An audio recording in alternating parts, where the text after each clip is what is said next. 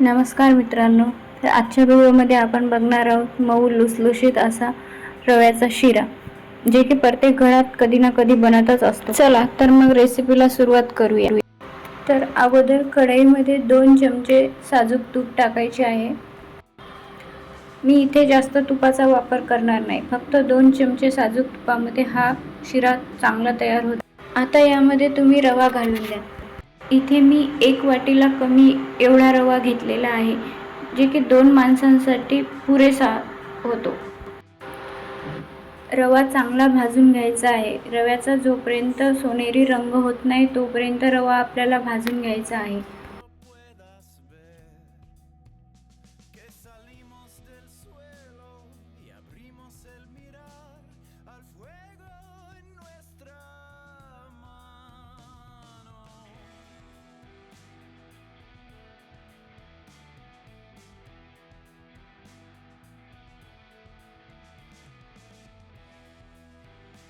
बघू शकता आता आपला रवा चांगला भाजून तयार झालेला आहे।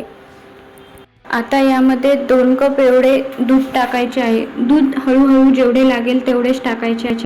मी इथे साधारण 1.5 कप एवढे दूध घेतलेले आहे। दुधाऐवजी तुम्ही पाणीही टाकू शकता, पण दुधामध्ये चांगली चव येते। मी अगोदर 1 कप दूध टाकलेले आहे। थोडेसे कोरडे वाटते म्हणून मी अजून अर्धा कप दूध घेतलेले आहे।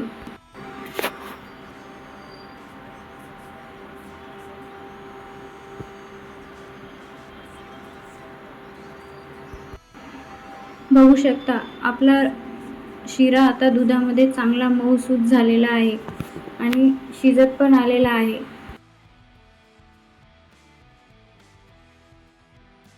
मी इथे साखरेऐवजी गुळाचा वापर केलेला आहे, जे की लहान मुलांना पण खाऊ घालू शकतो। मी इथे जेवढा रवा घेतला आहे तेवढाच गूळ घेतलेला आहे। चांगला खिसून बारीक करून घ्यायचा आहे। आता गुळाच्या गिठळ्या पूर्ण वितळेपर्यंत आपल्याला परतून घ्यायचा आहे।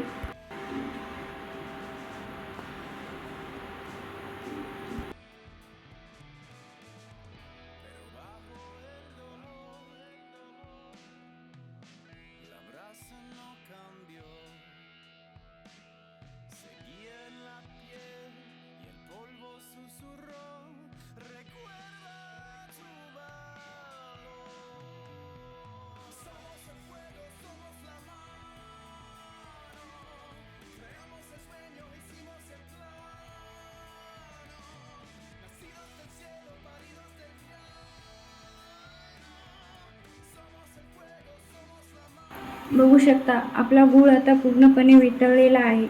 आता यामध्ये तुम्ही तुमच्या आवडीनुसार सुकामेवा घालू शकता, जे की जोही घरात तुमच्या अवेलेबल असेल तो तुम्ही घालू शकता। इथे मी फक्त काजू आणि बदाम घातलेले आहेत। पुन्हा एकदा परतून घ्या। सुकामेवा नसला तरीही चालेल, तो आपल्या आवडीनुसार तुम्ही घालू शकता। बघू शकता आपला शिरा तयार आहे। तुम्हाला हा व्हिडिओ आवडल्यास लाईक, कमेंट, शेअर नक्की करा। आणि कमेंटमध्ये नक्की सांगा की तुम्ही हा व्हिडिओ कुठून पाहता, जे की मी तुमचे आभार मानू शकेल। आणि तुम्ही नवीन असाल तर चॅनलला सबस्क्राईब नक्की करा। थँक्यू।